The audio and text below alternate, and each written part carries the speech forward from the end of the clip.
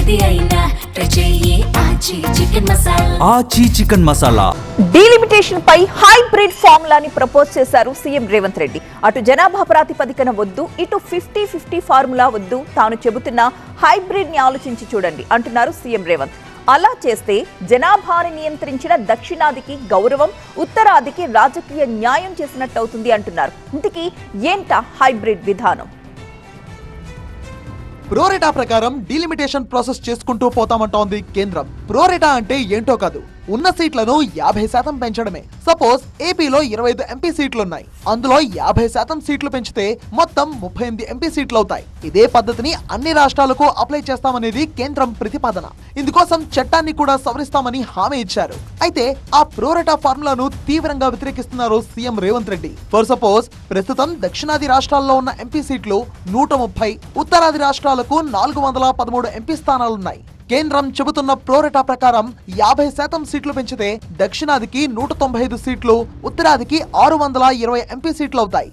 అంటే ఉత్తర దక్షిణాది రాష్ట్రాల మధ్య అంతరం ఏకంగా 210 సీట్ల నుంచి 412కు పెరుగుతుందని అంటున్నారు సీఎం రేవంత్. యూపీ, బీహార్, మధ్యప్రదేశ్, రాజస్థాన్ ఈ 4 రాష్ట్రాల్లో గెలిస్తే చాలు కేంద్రంలో అధికారంలోకి రావచ్చని. అలాంటప్పుడు ఇదెలా సమన్యాయం అవుతుందని సీఎం రేవంత్ రెడ్డి ప్రశ్న. అందుకే హైబ్రిడ్ ఫార్ములాను ఆలోచించాలన్నారు. ఎలాగో 272 సీట్లు పెంచాలనుకున్నారు కాబట్టి అందులో సగం సీట్లను అంటే 136 సీట్లను జీఎస్డీపీ ఆధారంగా ఇచ్చి మిగిలిన 136 సీట్లను జనాభా ప్రకారం పెంచాలన్నారు. మీరు 272 సీట్లు మీరు పెంచాలని నిర్ణయించుకున్నారు కదా, అందులో 50%, 136 సీట్లు మీరు చెప్పుకుంటున్న ప్రోరేటా ప్రకారం ఇచ్చుకోండి.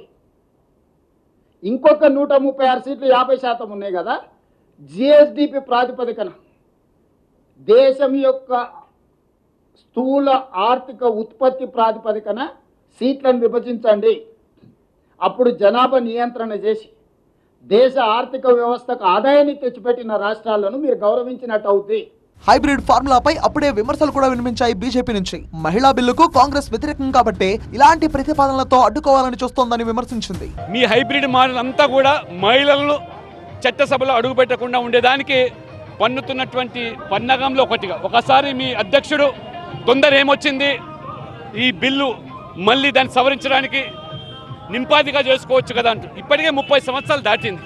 మహిళా రిజర్వేషన్లు, డీలిమిటేషన్ రెండు వేరువేరు అంశాలంటున్న సీఎం రేవంత్ రెడ్డి ఈ రెండింటినీ కలపడం ద్వారా రాజకీయ ప్రయోజనాలు పొందాలనుకుంటోందని విమర్శించారు. 2011 జనాభా లెక్కల ఆధారంగా ఈ రెండు అంశాలను అనుసంధానించడం వెనుక రాజకీయ కుట్ర, వివక్ష ఉన్నాయన్నారు.